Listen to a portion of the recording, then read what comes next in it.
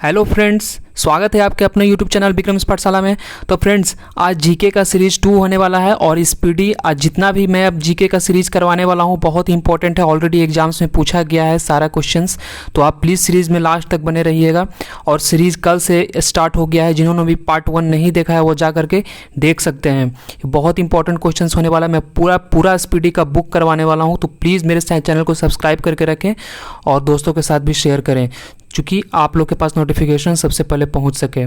तो पूरा बुक करवा दूंगा फ्रेंड। जीके में कहीं से भी एग्जामिनेशन में आपको प्रॉब्लम नहीं होने वाली, इतना गारंटी दिलाता हूं। जीके में आपका एक भी क्वेश्चंस, एक भी मार्क जीके में नहीं कट होगा। तो ज़्यादातर टाइम वेस्ट ना करते हुए चलिए वीडियो को स्टार्ट करते हैं। फर्स्ट क्वेश्चन के साथ हम लोग वीडियो को स्टार्ट करते हैं। विश्व के कुल क्षेत्रफल का कितना प्रतिशत क्षेत्रफल भारत में स्थित है? विश्व के कुल क्षेत्रफल का कितना प्रतिशत क्षेत्रफल भारत में स्थित है? इसका क्या आंसर होगा फ्रेंड्स? इसका आंसर है बी, 2.42%। भारत में जनगणना की अवधि क्या है? अवधि है, इसका ऑप्शंस देखना है। जनगणना की अवधि मतलब कितने वर्षों के बाद जनगणना होती है? सेकंड का ऑप्शन हो जाएगा 1, प्रत्येक 10 वर्षों के बाद जनगणना भारत में कराई जाती है। चलिए थर्ड क्वेश्चन पर चलते हैं। भारत की कुल जनसंख्या कितनी है? भारत की कुल जनसंख्या कितनी है? इसका देख सकते हैं ऑप्शन क्या होगा, 121.08 करोड़ भारत की करंट जनसंख्या है फ्रेंड्स 2011 के मुताबिक। तो भारत की सबसे बड़ी जनजाति कौन सी है? नेक्स्ट क्वेश्चन पे चलते हैं। फोर्थ, भारत की सबसे बड़ी जनजाति कौन सी फ्रेंड है? फोर्थ का सी, गौंड जनजाति है सबसे बड़ी जनजाति। ये ऑलरेडी क्वेश्चन आए हुए हैं, सब प्रीवियस ईयर के क्वेश्चन मैं करवा रहा हूँ, चाहे वो रेलवे हो या बैंकिंग हो, एसएससी हो, कहीं पर भी अगर जीके का आपसे क्वेश्चन पूछ लिया जाता है तो आप इजीली कर पाएंगे। चलिए फिफ्थ क्वेश्चन पर चलते हैं। विश्व की कुल जनसंख्या का कितना प्रतिशत जनसंख्या भारत में निवास करती है? इसका क्या आंसर होगा? पाँचवा का ए, 17.5% जनसंख्या जो है विश्व की कुल जनसंख्या अभी भारत में निवास करती है। सिक्स्थ क्वेश्चन पर चलते हैं फ्रेंड्स।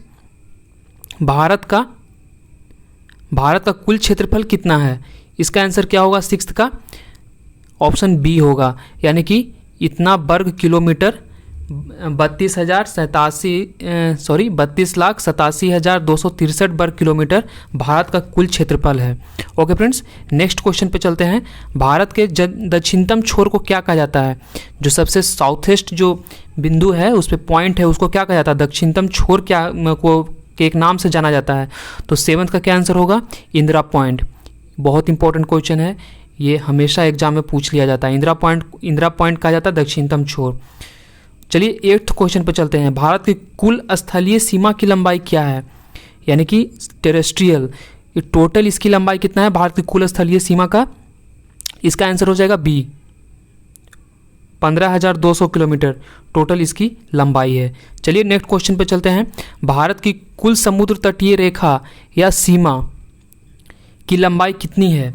समुद्र तटीय रेखा या सीमा की लंबाई कितनी है फ्रेंड्स? क्वेश्चन में पूछ लिया जाता है। तो नाइन्थ का ए हो जाएगा 7516.5 किलोमीटर, आपको आंसर टिक करके आना है। ओके फ्रेंड्स, टेंथ क्वेश्चन पे चलते हैं। भारत की मुख्य भूमि से लगे समुद्र तटीय रेखा सीमा की लंबाई कितनी है? आई होप अगर इंपॉर्टेंट आपको जो भी लगता है आप नोटबुक में नोट भी करके चल सकते हैं, नहीं तो फिर आप मेरे साथ रिवाइज कीजिए। आपको कहीं पर भी कोई प्रॉब्लम होता है कमेंट सेक्शन में जरूर पूछें मुझसे। टेंथ क्वेश्चन पे चलते हैं फ्रेंड्स। भारत की मुख्य भूमि से लगे समुद्र तट की लंबाई कितनी है? इसका क्या हो जाएगा? टेंथ का आंसर सी होगा, 6100 किलोमीटर। नेक्स्ट क्वेश्चन पर भारत का मानक समय 82 डिग्री पूर्वी देशांतर रेखा किसके मध्य से होकर गुजरती है? इसका क्या हो जाएगा? 11 का डी हो जाएगा, मिर्जापुर से होकर गुजरती है। नेक्स्ट क्वेश्चन, सूर्य की ऊर्जा का मुख्य स्रोत क्या है? सूर्य की ऊर्जा का मुख्य स्रोत क्या है फ्रेंड्स? इसका क्या होगा सर? नाभिकीय संलयन। ये आपका आंसर सही टिक करके आना है। नेक्स्ट 13th क्वेश्चन पे चलते हैं। भारत में राज्यों की संख्या कितनी है? तो भारत में कितने राज्य है फ्रेंड्स? इसका आंसर हो जाएगा डी, 29। लेकिन अभी करंट डाटा के मुताबिक 2021 के मुताबिक आपको टिक करके आना है। 28 स्टेट्स हैं और 8 यूनियन टेरिटरीज हैं, जब से जम्मू कश्मीर और लद्दाख को केंद्र शासित प्रदेश बनाया गया है तब से। ओके फ्रेंड्स, ये आपको ध्यान में रखना है। तो अब करेंटली 28 और 8 यूनियन टेरिटरीज हमारे देश में अभी करंटली अभी हैं मौजूद। तो नेक्स्ट क्वेश्चन में सूर्य का मुख्य संगठन क्या है? सूर्य का मुख्य संगठन क्या है? इसका ऑप्शंस देखते हैं फ्रेंड्स। इसका ऑप्शन सूर्य का मुख्य संगठन आपसे पूछ लिया जाता है, हमेशा एग्जाम में आपसे पूछ लिया जाता है। तो किसी एक ऑप्शन में से आपको टिक करना है। तो इसका देख सकते हैं, इसका कौन सा ऑप्शन होगा सही, इसका होगा ए, हाइड्रोजन और हीलियम। हाइड्रोजन और हीलियम आपको टिक करके आना है। ओके फ्रेंड्स, ये राइट आंसर होगा। नेक्स्ट चलते हैं 15th क्वेश्चन पे। भारत की जल क्षेत्र सीमा कहाँ तक फैली है? इसका सही आंसर क्या हो जाएगा फ्रेंड्स?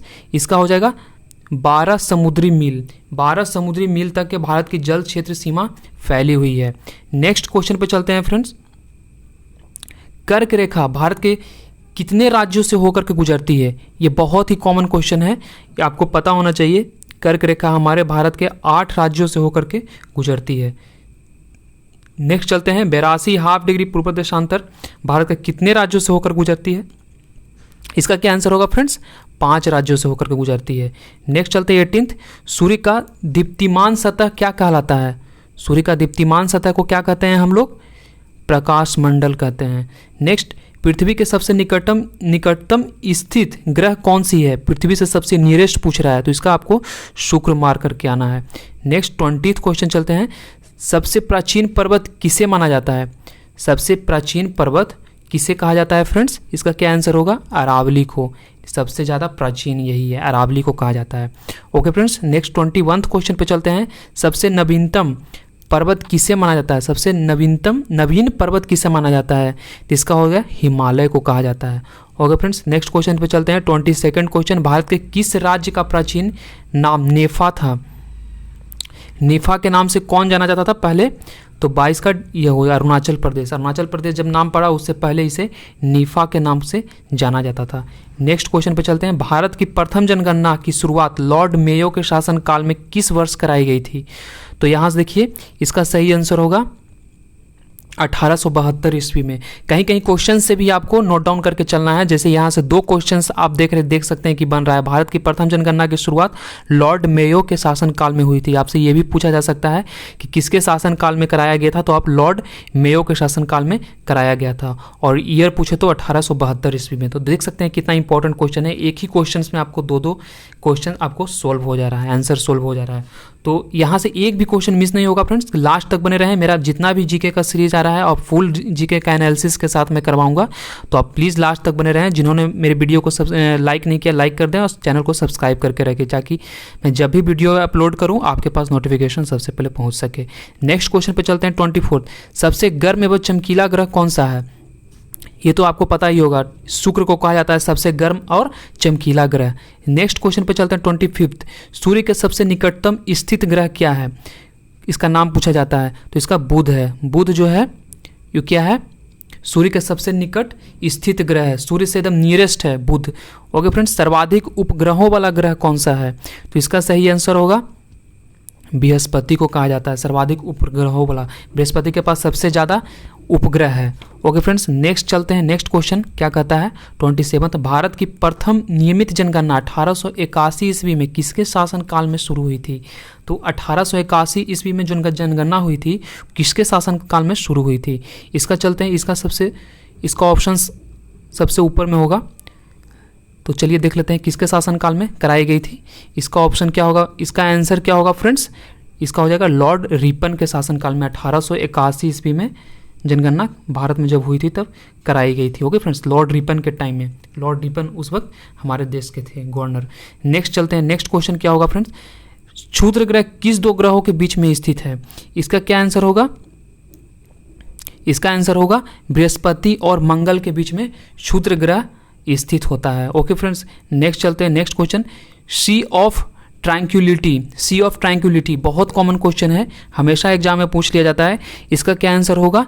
चंद्रमा पर कहलाता है। सी ऑफ ट्रैंक्विलिटी कहाँ? चंद्रमा पर है। ओके फ्रेंड्स, उसकी सतह को सी ऑफ ट्रैंक्विलिटी कहा जाता है, चंद्रमा पर होगी, इतना आपको याद रखना है। बिना उपग्रहों वाला ग्रह कौन सा है? बिना उपग्रहों वाला ग्रह कौन सा है? बुध और शुक्र है, इसके पास एक भी उपग्रह नहीं है। यह आपको अच्छे से याद करके आना है। नेक्स्ट क्वेश्चन चलते हैं। भोर या सांझ का तारा किस ग्रह को कहा जाता है? ये तो आपको पता ही होगा, ये सबको पता है, शुक्र को कहा जाता है। भोर या सांझ का तारा शुक्र को ही कहा जाता है। तो देखेंगे भोर में या सांझ में शुक्र दिखाई देगा आपको। ओके फ्रेंड्स, नेक्स्ट चलते हैं। सबसे बड़ा उपग्रह कौन सा है? सबसे बड़ा जो उपग्रह है उसका नाम पूछ लिया जाता है, तो इसका क्या हो जाएगा? गैनीमीड कहा जाता है, इसका नाम है। सबसे बड़ा उपग्रह का क्या नाम है? गैनीमीड नाम है। नेक्स्ट क्वेश्चन पे चलते हैं फ्रेंड्स। जनगणना का महाविभाजन किस वर्ष कराया गया? जनगणना का महाविभाजन वर्ष माना जाता है, तो कौन सा वर्ष को माना जाता है महाविभाजन? इसका 1921 को माना जाता है जनगणना का महाविभाजन वर्ष। सौरमंडल का सबसे बड़ा एवं भारी ग्रह कौन सा है? तो इसका क्या आंसर होगा? बृहस्पति को कहा जाता है। बृहस्पति को क्या कहा जाता है? सौरमंडल का सबसे बड़ा एवं भारी ग्रह। ओके फ्रेंड्स, नेक्स्ट चलते हैं। विश्व जनसंख्या दिवस कब मनाया जाता है? विश्व जनसंख्या दिवस 11 जुलाई को मनाया जाता है। 11 जुलाई को विश्व जनसंख्या दिवस मनाया जाता है। नेक्स्ट क्वेश्चन पे चलते हैं। जनसंख्या का अध्ययन क्या कहलाता है? जनसंख्या का अध्ययन क्या कहलाता है? ये इसका कहलाता है डेमोग्राफी। जनसंख्या के अध्ययन को हम लोग क्या कहते हैं? डेमोग्राफी कहते हैं। नेक्स्ट क्वेश्चन पे चलते हैं। भारत का कुल जनसंख्या घनत्व प्रति वर्ग किलोमीटर कितना है? तो प्रति वर्ग किलोमीटर के मुताबिक पूछ लिया जाएगा भारत का जनसंख्या कुल कितना होगा, तो इसका आंसर होगा 382 व्यक्ति प्रति वर्ग किलोमीटर है। ओके फ्रेंड्स, भारत का कुल जनसंख्या, ये आपको अच्छे से देख कर चलना है। नेक्स्ट फ्रेंड, पृथ्वी के विपरीत दिशा में घूमने वाला ग्रह कौन सा है? ये बहुत ही कॉमन क्वेश्चन है, हमेशा रेलवे एसएससी पूछ लेता है क्वेश्चन। पृथ्वी के विपरीत दिशा में घूमने वाला ग्रह को क्या कहा जाता है? तो इसका आंसर होगा अरुण एवं शुक्र। इसका जो है ये विपरीत दिशा, पृथ्वी के विपरीत दिशा में अरुण एवं शुक्र घूर्णन करता है, घूमता है। ओके फ्रेंड्स, नेक्स्ट चलते हैं 39वां क्वेश्चन। भू स्थिर उपग्रह की ऊंचाई कितनी है, कितनी होती है? भू स्थिर उपग्रह की ऊंचाई कितनी होती है? तो इसका सही आंसर क्या होगा? डी, यानी 36,000 किलोमीटर पर उपग्रह की, मतलब भू स्थिर उपग्रह का ऊंचाई मिनिमम आपको 36,000 किलोमीटर पर आपको दिखाई देगा। चंद्रमा किस ग्रह का एकमात्र उपग्रह है? ये कौन सा इसका आंसर होगा?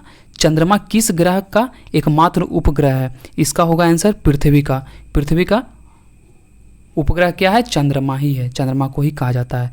नेक्स्ट क्वेश्चन पे चलते हैं फ्रेंड्स। भारत का कुल लिंगानुपात प्रति हजार पुरुष कितना है? इसका क्या आंसर होगा? इसका आंसर होगा 943 महिलाएं। 943 महिलाएं इसका आंसर होगा। भारत का कुल लिंगानुपात प्रति 1000 पुरुष कितना है? 943 महिलाओं के रिस्पेक्ट में निकाला जाता है। ओके फ्रेंड्स, नेक्स्ट चलते हैं लास्ट क्वेश्चन पे। एक समुद्री मील बराबर होती है, एक समुद्री मील कितना बराबर होते हैं, कितने? इसका सही ऑप्शन क्या होगा?